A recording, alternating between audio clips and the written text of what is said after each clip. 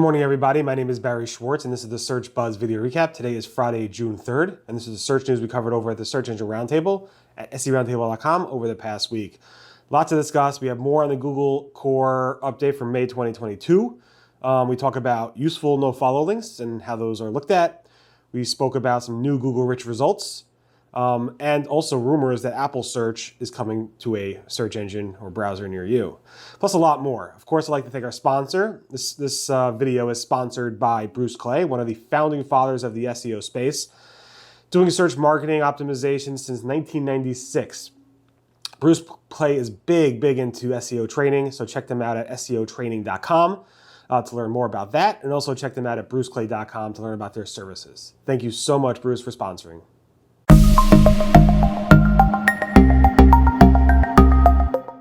All right, let's get into the news. So first up, I want to talk a little bit more about the Google Broad Core update, the May 22 Broad Core update from Google. Basically, there was a lot of chatter. A lot of people were impacted by this. At Search Engine Land, you want to check it out. I did a more analytical approach using SEMrush data. I use also Rank Ranger data, and I also use Systrix data. So definitely take a look at that. There were some more verticals hit than others, supposedly retail, more so on the other ends in terms of different types of areas that were actually hit. And some healthcare and so forth. There was a lot of the specific interests. I'm not sure if it was industry specific, but it was interesting to look at that data and so forth. It is still rolling out. It's not done yet. It's probably be done sometime next week. But I definitely covered a lot of the chatter. There were a lot of sites that were hit by 10, 20, 30, 40, 50, 60, 80%, even more.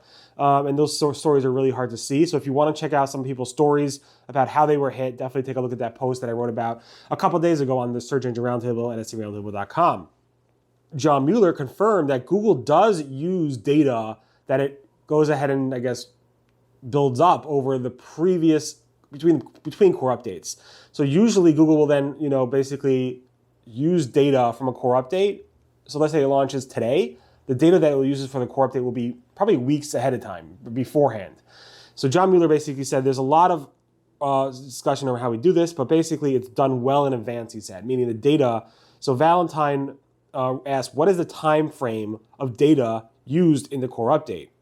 Is it mostly stuff collected before the rollout or stuff collected during and after the rollout? And John Mueller said there's a lot of work that's done well in advance, I guess, of the rollout when it rolls out. It's usually data collected until then, until the time that Google rolls out this update. And afterwards, data updates over time normally. So basically there are some data updates, but generally most of this core update seems to be from data Google collects prior to the update, which is why it's important that after your site gets maybe hit by a core update to act pretty quickly so that you could get your website looking differently, in different shape, prior to the next core update so that Google could actually crawl and find those signals well before that next update rolls out. How many days or weeks or whatever, that's unknown. It's probably something you want to go ahead and get done, I don't know, I would say at least a few weeks before the next core update rolls out. We don't know when the next next core update will roll out. We don't know that date, so it's hard to know, but you should start pretty much immediately after the Google announces that the core update is done. Say, you know what? By then you should really know if you were hit back by that update, and then you should probably take efforts to go ahead and improve your website. Google's Danny Sullivan hinted that even useful no-follow links don't carry much weight at all, if anything. This came up in a Twitter thread as well, and it was asked, basically in 2019, Google said they may go ahead and start to use hints from the no-follow attribute when they find those hints to be useful. And Danny Sullivan said, as the post explains, we just wouldn't use links at all. That change meant we consider them if there was some usefulness to be found, though the hint means they aren't likely to give them much weight, if any. So basically, and this is kind of frustrating because in 2019, Google said, hey, we might go ahead and use no-follow links for some purposes, yada, yada. I followed up with Google multiple times, and basically last I heard from Google, which I posted about, was that that was a change of policy. Google said we may use that no-follow links as a hint, and it was a change of policy around that. But they actually didn't do anything. And that seems to be the case today. And Danny Sullivan kind of confirmed that by saying, you know what, we probably don't even look or use that or weigh that in any no-follow link. We probably don't even weigh that at all. even today, even after the Google changed their policy around that, which is kind of upsetting and confusing, because why announce that in the first place if you're not going to go ahead and do anything with it? Maybe only announce it after it's done. But whatever. I posted that on June 2nd if you want to take a look at that in more detail. Google has suspended the job training rich results. So Google launched these job training rich results years and years ago. It was something that kind of went away by accident in January 2021. It came back, they fixed it. But it's just specific to job training. So if you are using job training rich results and structured data, you no longer have to. You can keep it there if you want, Google said, but Google's no longer going to show job training rich results in the search results, so you can remove the structured data from your website if you want. This is not impacting other job schema. Other job schema still works. So if you have job listings, that's fine. Keep that there, but this is only for job training rich results, like educational types of rich results. Talking about rich results, Google has added support for a new rich result type called learning videos. So it's basically educational videos or how-to videos that are aimed at students and teachers to learn things. Basically around educational level stuff, concepts and skills covered in those videos. And this is a new rich result. I haven't seen this in a while, so Google just released the structured data support for it. So definitely take a look at that. And it's going to go ahead and show up in English specifically for mobile and desktop, where queries are specifically around searching for like academic learning specific content. Again, I tried to trigger this myself. I haven't able to, but if you do see it in the wild, definitely let me know.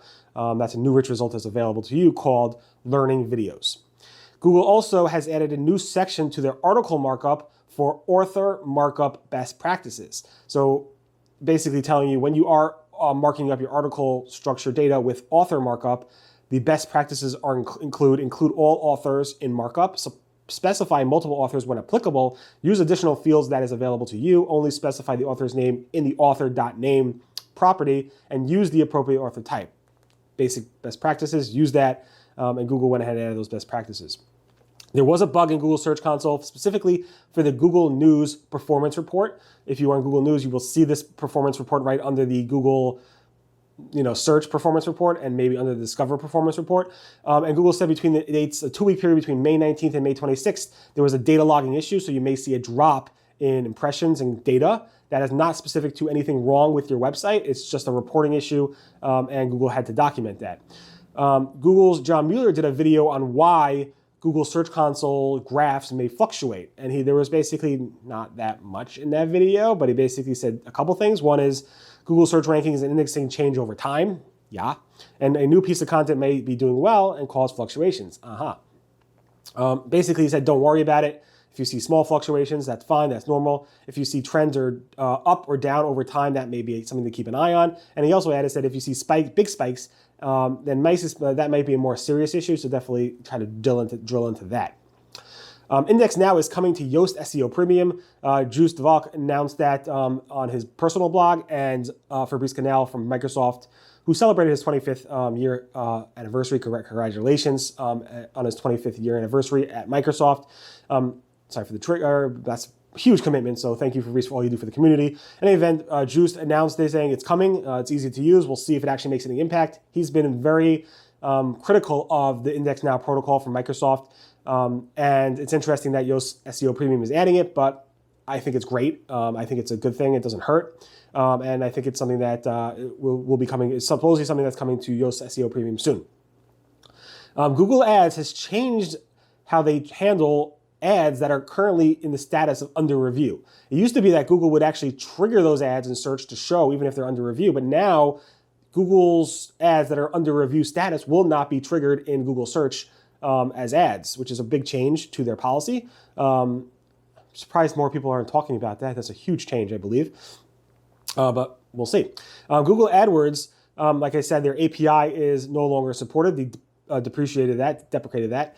And now they're going to start serving errors for when you use it. So starting June 1st, which happened obviously, 50% error rate will be triggered when you start using the AdWords API. Then July 1st, it will be 60% error rate. And by the end of July 31st, 100% error rate when you try to use the Google AdWords API.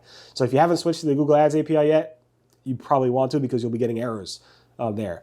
It seems like Google Shopping, which they announced at Google I/O. I believe this is what they announced at Google I/O. So Brian spotted this. Basically, if you do a search for iPhone XR, you'll see Target come up in the shopping results, and there'll be a loyalty program that comes up. Google announced that they're adding loyalty programs to Google Merchant Center, where you can actually highlight your loyalty programs, and you can see a screenshot here of Target showing that.